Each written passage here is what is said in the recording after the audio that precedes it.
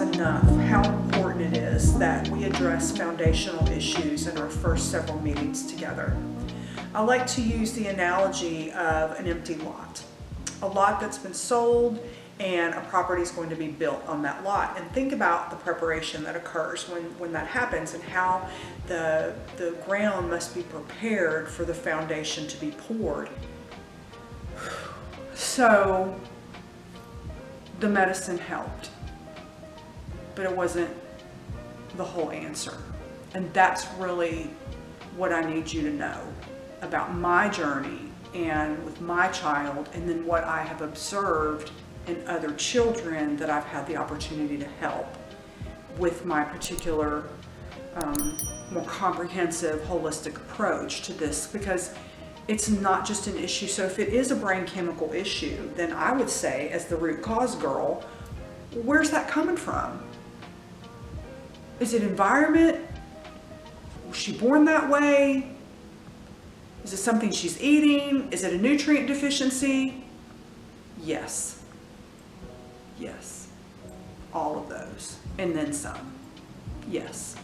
So what I think is important for you to know is that the traditional approach to this is extremely one-dimensional, and it's not always 100% successful.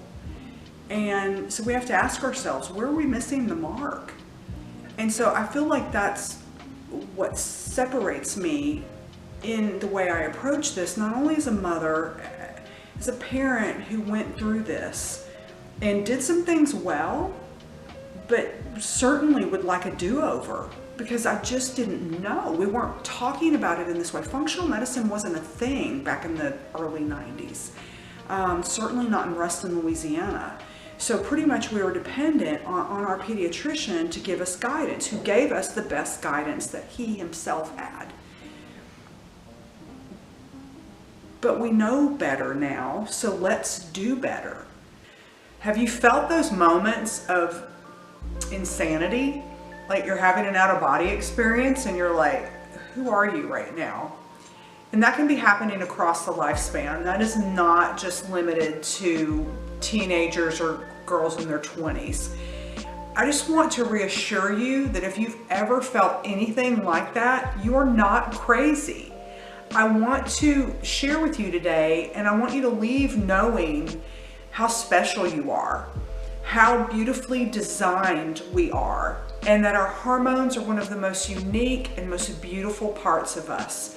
And so however that might be manifesting in your life right now, there is a reason, and it's not because you're dramatic or crazy. So I want you to get that out of your mind right now, and let's talk about, where is this coming from? It could be something you've dealt with since the day of your first period. It could be something that happened after the birth of your first child and everything had been perfectly fine, and then after that you just feel like you're another person, you're a pod person. And so the beautiful thing is that you're dynamic. You're not the same throughout one day, and you're certainly not the same throughout the whole month, throughout your whole cycle. The cycle is designed to be just what it is. It's a cycle. So different things are happening at different times. And the way that that makes you feel on any given day is very unique to you. I have women that come and tell me, I know which ovary is ovulating. Like literally they are that sensitive. They feel it, they can time it, they know that much about themselves. Then I have other women, they're like, yeah, have a period, it's no big deal. So I think most of us fall on all places on that spectrum.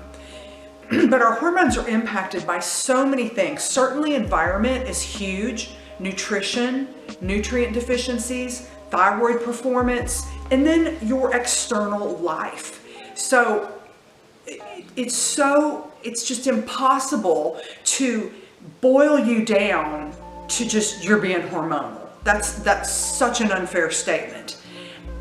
I need you to know some things, that women do not choose for their hormones to go berserk. They do not choose to feel terrible.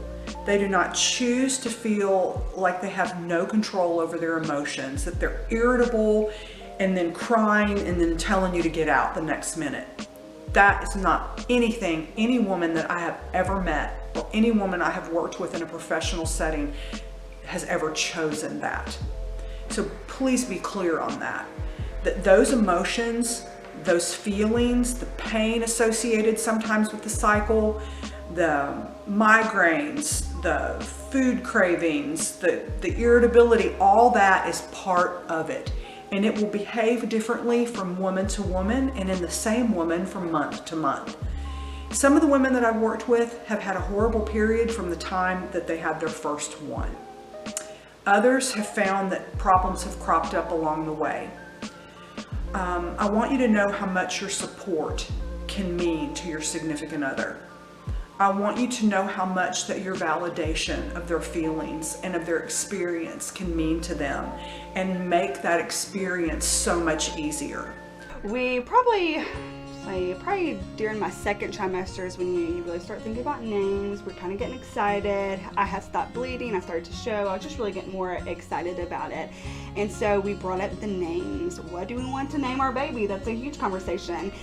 Michael, my husband, he brought up some names. I was like, I don't like any of those. He brought up some names. I was like, I don't want those. So we just kept on going back and forth. And I'll never forget one day he came home and he was like, Mary Arthur, what if we named this baby Lucy? And I was like, Lucy? He said, that has just been just a common name that keeps on popping in my head. It's just a name that I just really love. And we can't forget Lucy Douglas and just the huge impact that she had on not only helping us get pregnant, but helping sustain this pregnancy that did not want to sustain. My body was just trying to actively rid this pregnancy, and just because of her and just her wisdom and her care, I now have a healthy 3-year-old named Lucy. So it's just, and she's sassy and she's fun and we love her so much. Something else that I just really want to share about Lucy too is that not only does she care for her patients during that time that you are under her care, but she cares for you after.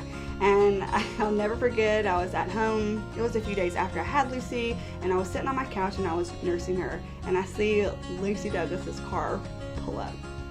She gets off her car and she has bags from Gibson's, and I was like, oh, she brought me food. She brought me food, and she comes in and she was like, Mary Arthur, we have our snacks, our healthy snacks. To support breastfeeding. Healthy snacks. We have our very lovely probiotic, because we all have to be on probiotic. Yeah. We had our green juices, our kombucha, and I was just so thankful that she cares. And that's just something that I'm just so thankful that it's just not this strict, stale doctor-y person that you're coming to talk to, but it's somebody who loves you and who cares about you, and it's going to stay with you for a very, very, very long time. So this generation of children is predicted to not outlive their parents. I want you to think about that. Let's let that sink in for a moment. That's pretty sobering. And if that is true, then what would be the root cause of that? Because you know by now, you've listened to some of my videos, I'm that root cause girl. I always say, why? Well, let me read you something. Children exposed to maternal obesity or gestational diabetes during early fetal development have hypothalamic alterations in the glands that govern the whole endocrine system that predict future weight gain. So these are babies in utero exposed to maternal obesity, being overweight, or gestational diabetes. So there is a risk to a baby that is being developed in a mom who's not at a healthy weight. Here's another article. In utero, within the womb, exposure to maternal hyperglycemia or high blood sugar increases childhood cardiometabolic risk in offspring. So these are babies being exposed in the environment of the womb to moms who have high blood sugar. Now, I will say that that's probably speaking to a mom who's been diagnosed with type 2 diabetes, or gestational diabetes. But I would present or submit to you that there is probably also a risk category of a blood sugar that might not meet the criteria of gestational diabetes, but that is still too high to be considered an optimum environment.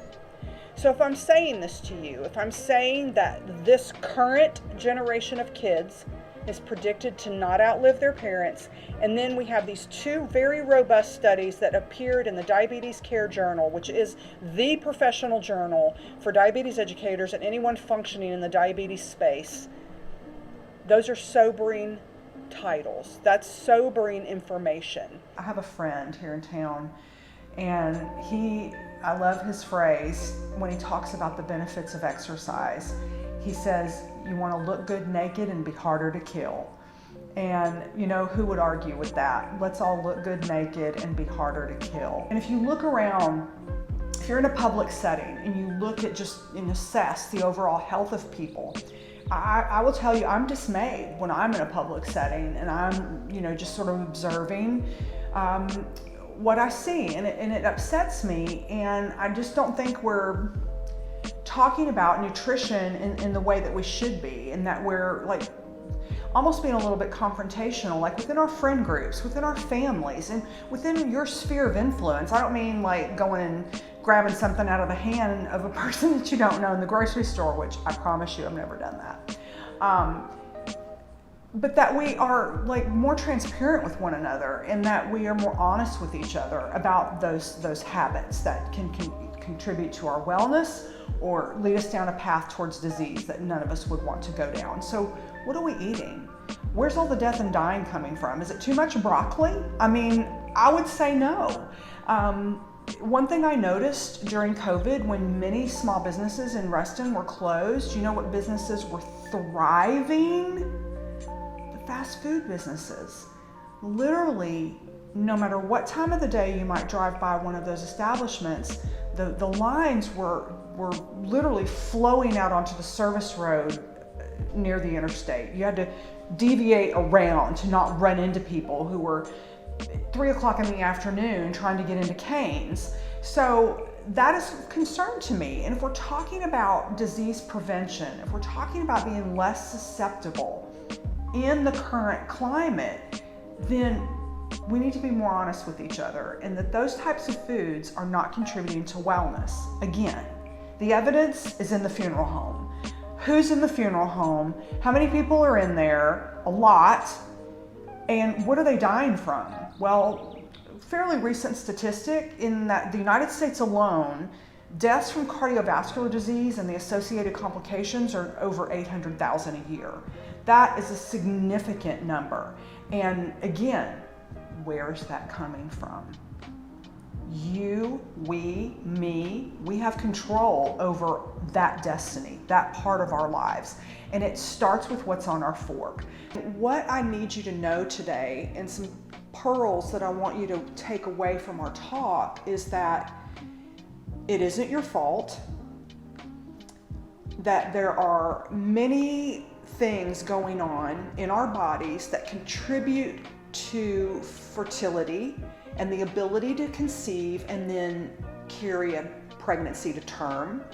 It's not just a problem with the ovaries, and I feel like out there and what's being done in this field of fertility is that's how it kind of boils down to. That is just a problem with that one part of you, and it's not fully appreciated how complex we as women are, and that the issue oftentimes in my experience is not fully just involving the ovaries and their function. It's often, and in every case I could say to you, there have been many layers.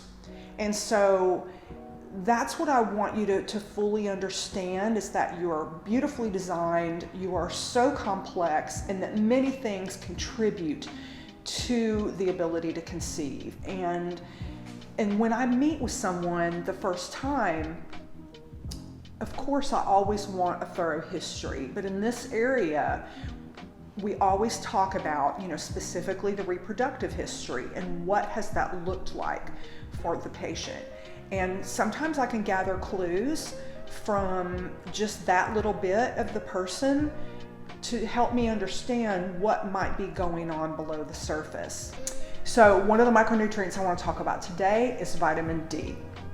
So vitamin D is known as the sunshine vitamin because everyone understands that vitamin D is synthesized in us when the sun touches our skin. So that sets into motion a process by which the active form of vitamin D that's available at the cellular level is made and can have its effect. But people like me, I'm a fair-skinned redhead, I will have third-degree burns if I go outside at noon with no sunscreen on. So someone like me is going to be pretty dependent on supplements to get my vitamin D levels where they are optimal. Vitamin D is found in pretty good amount in oily fish. That's probably not at the top of a list of someone's preferences. To eat a lot of that in the diet, but also that can be found through supplements, fish oil supplements. So that's another source of a good, useful form of vitamin D. The other thing is that vitamin D helps regulate the absorption of calcium and phosphorus in our gut. So it has a huge impact on our overall bone health. So that's probably why people are most familiar with vitamin D, because it begins to be talked about, especially in menopausal women or perimenopausal women, and oftentimes calcium supplements are suggested, but I don't as often hear that the complementary vitamin D supplement is suggested at the same time. So it's important that when you look at, should I take a supplement? Should I take a vitamin? Which ones are important for me? That we understand that these things all have relationship one to the other. And so it's important to work with a person like me who views you holistically and is wanting to go down and dirty and dig and look at some of this so that we can be sure that your regimen is appropriate as far as dosing and that things are given in consideration of this unique balance, that these micronutrients often work together. It's people way far away from you making decisions about your health care, and I don't think that's okay at all. And I think that you should rise up and begin to look into that and begin to ponder some of this for yourself and say, what am I actually getting? What am I getting out of this relationship? And is it worth my long-term health? Is 9.6 minutes, is that all I'm worth? And I hope you are saying, no, Lucy, I'm worth way more than that, because I already think you are. I think that we should be willing to invest in this one beautiful body that we have that's going to carry us and help us fulfill our destiny. Let's think about this for a minute. Think about the car you're driving right now. I could venture a guess and say that most of us have a pretty hefty 5-figure investment in our automobiles, and that we go into that relationship with the intent of most of us, that people that I know, we're going to pay that note off and we're going to drive that sucker till the wheels fall off of it, because that is an expensive investment. But yet along the way, we're taking care of that investment, aren't we? We're getting oil changes on a regular basis. We're filling up our cars with quality gasoline. We're taking it for rotating and balancing of tires. We're doing all of those things to keep that thing safe and comfortable to carry us around. And you know what we don't do?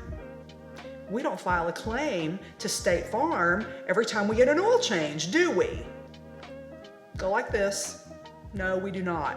Can you imagine the chaos that would ensue if we actually were treating the auto insurance industry the same way that we treat the health insurance industry? Think about that for a minute. You go into a relationship with your automobile with the expectation that you are responsible for the care and maintenance of that thing, that your insurance is only to protect you in the event of a catastrophic, unforeseen, hideous event, right? Yeah, that's exactly what car insurance is for. Why isn't health insurance designed the same way? Like, I have a patient right now she wanted her IUD out. She didn't feel like that hormone was agreeing with her at all. She'd had a terrible time with it. So she was like, get it out of me. So I took it out. And in a few weeks, when her body regulated to that and it was time for her period to start, it was full on tsunami, horrific bleeding. So in that situation, I'm not going to be like, let's try a supplement. I mean, I'm not dumb. I took into consideration her unique situation. I prescribed something to get the bleeding under control, to give us some time, and then I punted her to GYN. So there's that, but then there are people that are less acute. They're less, it's not an emergent, a significant lifestyle issue. Like she sits for her work so she could feel herself bleeding while she's just sitting still. So that's significant. We needed the help of someone to address perhaps this surgically. So I made sure that happened. So there's that, but then there are less severe cases where we might have some time to dig a minute and say, what's causing this and what are our other options before we just run right into an operating room.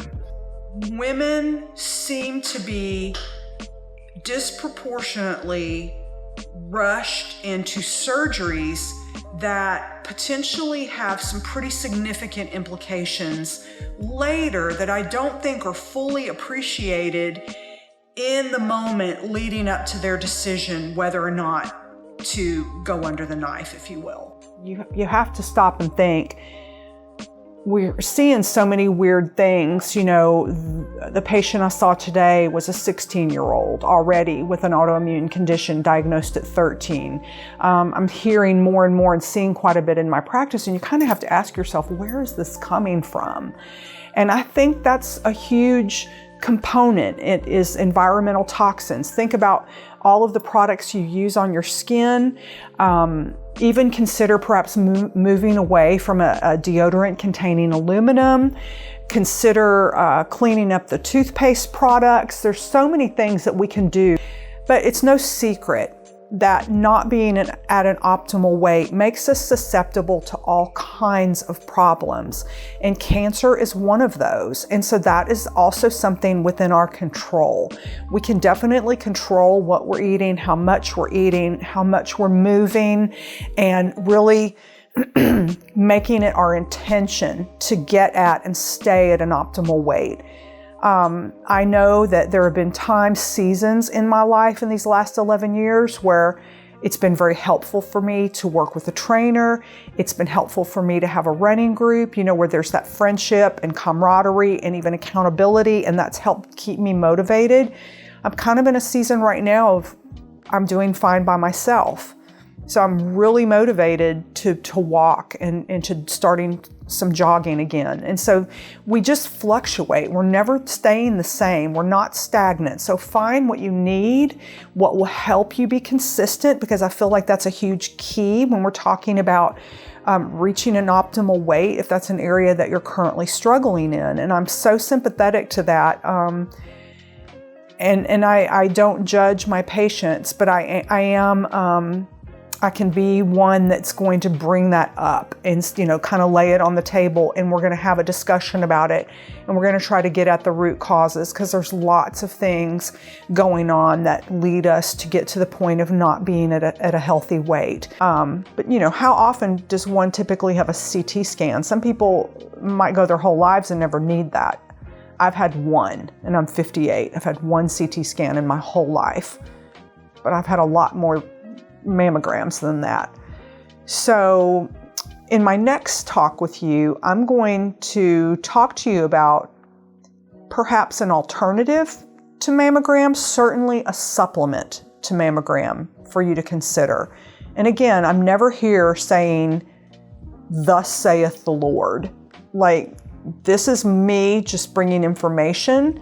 And sometimes I'm talking to you personally about something that I do or have done. And so I hope in thinking and honoring women that we know and love who have battled breast cancer or who may still be in that battle, that we all become more thoughtful of our health, and be thankful for how healthy that you are at this moment, and how can you maintain that, and how can you be less susceptible to disease and less susceptible to breast cancer in this month, as we think about women who have struggled with this, and that we can, by our being more thoughtful about our health, I think that then honors the battle that those women have been in, because then we say to them, you know what, I'm not taking my health for granted, and I'm going to be more thoughtful and intentional,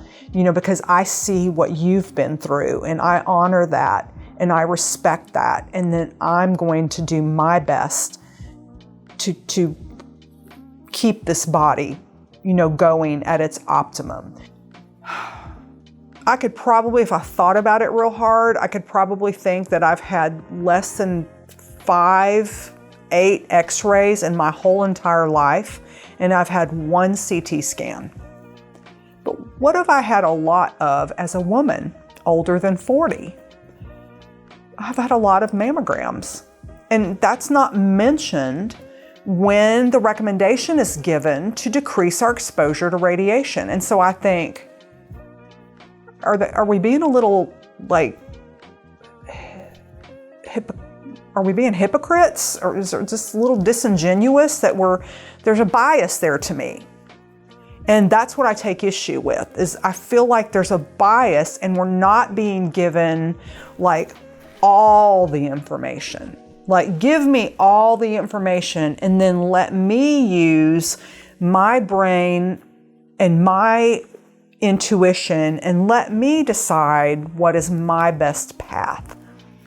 And so, as you consider these things that we talk about, I want you to feel more knowledgeable and powerful, and that you can know more. You can know as much as I can know.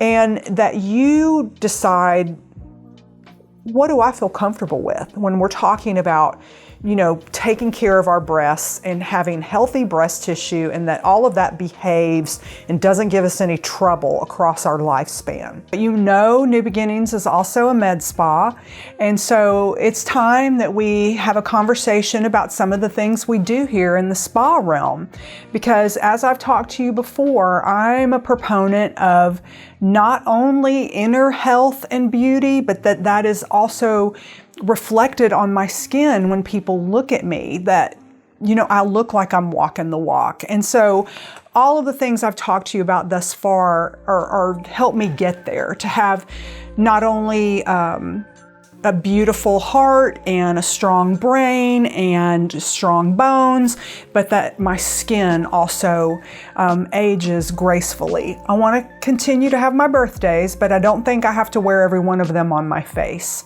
So before we get into the discussion on the needling procedure that I had, and we are going to show you a procedure being done on my medical assistant. So I want to talk about the foundation. Remember, I've talked to you a couple of times now about foundation. And so in the aesthetic world and in that context, that principle also applies. So there are people that come to New Beginnings, the spa, and they might just be wanting to receive a very relaxation type of a facial. They may not necessarily be pursuing a treatment for a particular skin concern, and that is fine, and we're here for that. And we provide the most incredible relaxing facials around. And so that is certainly a part of an overall wellness routine. But then if someone is coming and they're investing dollars into some of the more services that are geared at changing skin and addressing specific skin concerns, then the foundation, before you spend any money, say on injectables, before you invest in microneedling, before you invest in hydrofacial, before you invest in light treatments, there needs to be a firm foundation, because without that, you aren't going to receive the max benefit from the other services that you might invest in. So I've done some really nice work with acne scars with the microneedling. We can change the depth of the pen, and we can concentrate our focus on, most people have, you know, an acne scar here or there. There are a few clients have had more of a patch there on the cheek, but we can address that using the pen and the PRP, and it's pretty awesome. Getting those little fine lines around the mouth. I know that I sleep on my back, and of course gravity is going to cause my chin to dip down during the night, and so I like to get my underside of my chin needled to keep that line that wants to form from getting just cemented into my skin. You okay? I can't feel it. You can't feel it? Not at all. Okay, awesome. This can help with pores. A lot of women are concerned with enlarged pores on their nose and around the nose. And this microneedling can really help with that in combination with the right skincare, especially if you tend to be oily. We can also use superficial injections of one of the toxins, Botox or Xeomin, to help with pores and oil control in this part of the face. I developed an interest and a passion, and also decided that I was kind of sick of what was happening out there in the traditional medical realm about how we approached that disease process in patients. And the whole paradigm of management makes my head explode, because we are managing people into the funeral home. And so I really feel like this is important information. The reason I always introduce myself is that I'm hoping these videos begin to reach a wider audience, away even from North Central Louisiana, so that I can begin to impact more people, to teach you and to help you be better, more knowledgeable advocates for yourself when you are in a healthcare situation or a setting where you're needing to have a conversation with a healthcare professional, so that you can feel confident and knowledgeable to stand up for yourself and to speak as an equal with your healthcare professional and expect to be treated as an equal in return. So we're going to start today and start the several videos of conversation talking about insulin resistance. So diabetes is a disease that can be found inside you many, many years before it becomes diagnosable as type 2 diabetes. And I really need you to know that. That's a huge take-home point that I would like you to keep and remember today. That diabetes is not something that we wake up with one day out of the blue, that it wasn't there yesterday and you happen to go into the doctor and a blood test says, oh, Bob has diabetes. Well, Bob's had all of the mechanisms that lead to the point where you finally have a blood sugar high enough to be diagnosed as type 2 diabetes that is detectable. And that's why my lab work is so amazing, in that I go down and dirty looking for clues and problems before they become a problem. And so insulin resistance is a unique metabolic disorder. It's not a benign condition. It's like being a little bit pregnant. There's no such thing. And so that's also something else that I feel like is not communicated well, that there are these other precursor disease states that are serious and reversible. So that's what that's a next take-home point I want you to be sure you leave this conversation with, is that it can be found before it becomes diabetes, and it is reversible. So what is insulin resistance? When I say that word, what does that actually mean? Well, the anatomy of blood sugar regulation is pretty complex, and there are a lot of players. Some of the key players in regulating our blood sugar, which actually stays in a pretty narrow therapeutic range. So about 70 to 100 fluctuation. So pretty narrow, and that's where your body best functions if blood sugar remains in that therapeutic range. So the brain is a huge participant in the regulation of blood sugar, the muscle, liver, fat cells, the liver itself, pancreas, of course, because the pancreas, the beta cells of the pancreas are where insulin is produced, and then the bloodstream. So those are some of the major players. And so insulin resistance is a condition that develops over time where those cells that are supposed to be very responsive to insulin, in that insulin is a key, if you will, that opens the door of the cell and brings glucose or sugar out of the bloodstream to be brought inside the cell where it can be used to produce energy. So the cells begin to lose their sensitivity or their responsiveness to the insulin that you are making. So it's not initially a problem with your pancreas or your insulin production. It's a problem in the peripheral, in the cells. And it's detectable. But I don't think it's a surprise to any of you that I would tell you that a diet full of drive-through food is going to cause you to live to 100 and be vibrant and healthy. I think we all know that that's not true. And there's a number of reasons why that's not true. It's the makeup of what's in those highly processed foods. And it's not just the carbohydrates. So I'm going to just say this. I'm going to lay the sacred cow out here on my desk and we're fixing to slaughter it. Carbs are not the devil. There, I said it. Come at me. I got the science to back up what I'm saying. Apples and sweet potatoes are not causing all the death and dying out here. So keto people, sit down. So what is prediabetes? Again, as I mentioned about insulin resistance, and I kind of went down this little side path, but it's all up here and sometimes it doesn't totally come out in a perfectly organized fashion. Prediabetes is also a distinct disease state. It is not a benign condition at all. It is a warning sign. It is wah, wah, wah, wah. Your body's going, warning, warning. It's saying, help me, help me. And so please know that can be identified, it can be fixed, it can be reversed, and you can get off the diabetes train. So if any of my former students happen to hear any of this, give me a thumbs up, because then we'll laugh about my diabetes lectures back in the day. These chronic disease can be identified in the body often many years before it becomes a problem or manifests as a disease. And if it is identified, if we see problems on lab work that would tell us, we are insulin resistant or we have become type 2 diabetic, that we can put a plan in place to reverse that, and that you get off that train and you get on the train to health. We were kind of laughing and saying, what are you going to talk about today? And I was like, well, don't eat crap and don't die. The end. So that's the title of this video.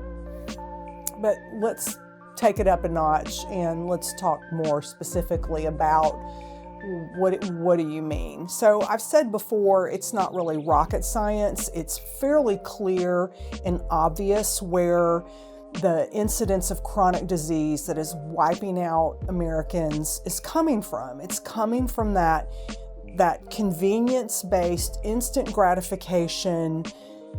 We're too busy, we're not at home, that kind of lifestyle where it's just simply too easy and too convenient to pick up something at a to-go fast food restaurant. So I don't really have like a magic solution to overcome that. There are certainly some great options now to help make families' lives a lot easier and help you not access convenience foods so frequently. So some of those services like HelloFresh, those types of things can be great solutions. It can offer you a lot of variety. It can send you all the things that you need so that you don't have to go to the store and buy a lot of specialty spices or things that you might not be familiar with or necessarily have already stocked in your kitchen or pantry. So I think those are great options. I did that for a while when my daughter and son-in-law had to move in with us while they were renovating a home. So we all would sit down together and talk about what the options were for that week and pick out things, and it worked out really well for us, and it probably saved me a ton of money on my grocery bill because I wasn't buying a whole lot of different things trying to cater to the various adults that were in my home at that time. So I highly recommend something like that, especially if you're fairly comfortable and can follow a recipe and that doesn't just intimidate you to no end. Because I have some people that this is the question I ask them: can you put a dead chicken in a crock pot? And sometimes their eyes roll back in their head. So I feel like I'm taking care of people that are all over that spectrum of comfort. So some of the things that I've helped parents with, I've mentioned previously, attention deficit. I've worked with quite a few moms in helping them bring diet in line to optimize their children's performance and health. Certainly that is one tool in our toolkit. Sometimes these children are on prescription medication for ADD. Sometimes the parents have opted not to go that route and are looking for a more holistic approach, including supplementation, behavior modification, nutrition, all of those things to help their child reach their full potential. I've worked with children with autoimmune disease. I've worked with a couple of moms that had children who were on the autism spectrum. So it's just something I wanted to mention to let you know that if your child is struggling in an area, that I might be someone that could be a support person to you to do labs on your child that are a bit more in depth than what I've seen when parents have brought labs to me from other places. To give you a look into your child's nutritional status. What are their nutrient levels? How is their thyroid performing? I have more extensive testing that can be done. And then we take all that information in light of what the child's issues are and then discuss nutritional strategies, supplement strategies, behavioral strategies to help the family help that child reach their goals. My approach is most likely not like any other person's that you've ever been to that's a healthcare professional. The existing paradigm in medical care today in our country is symptom-based. It's reactive. So you present with a symptom or a problem, and then that symptom is your disease. So say you present with elevated blood pressure, and after a series of visits where it's established that your blood pressure is remaining high, then you're told you have hypertension and you're given prescription medication. So your symptom of high blood pressure or elevated blood pressure became the diagnosis of hypertension. And there's no discussion then at that point as to, well, why did your numbers get elevated? What was the process by which that occurred? And what can we do to fix it? And that's simply not the way that things are being dealt with. It's, here's your problem, here's your medicine, and follow up in this period of time. And so everyone leaves those encounters, and then because it happens so frequently and it happens to everyone you know, and it's been going on for decades, you've become anesthetized into believing that that is the right way to approach those kinds of problems. People in the United States of America aren't dying in droves from broken bones, accidents, unforeseen things. People are not dying in droves even from cancer. People are dying in droves from preventable disease. Cardiovascular disease is wiping out more people in the US every year than the top 7 forms of cancer combined. This message today is to get you to think, to evaluate your own life. What is your body telling you right now? What problems, if any, are you having? Why maybe are you interested in coming to see me? And what are your goals? What are your expectations? Some people come in here already, we're on the same page. They have the same mindset. They're having a particular problem, but they want to know how it got there. And so they're ready and just excited to dig and figure out what they can do to help their body heal. And I've said numerous times in previous videos, I am not here making a judgment on any tool in our toolkit of treatment. It is an honor to meet you. It is a joy to partner with you on your journey to optimal, vibrant longevity. And I want to be there for it. I'm here for it. I know you can do it, but you have to prepare yourself mentally and arm yourself sometimes for battle. And so I appreciate the sacrifice you're getting ready to make by coming to see me. And I look forward to meeting with you and being a partner and a support person and a cheerleader on your journey.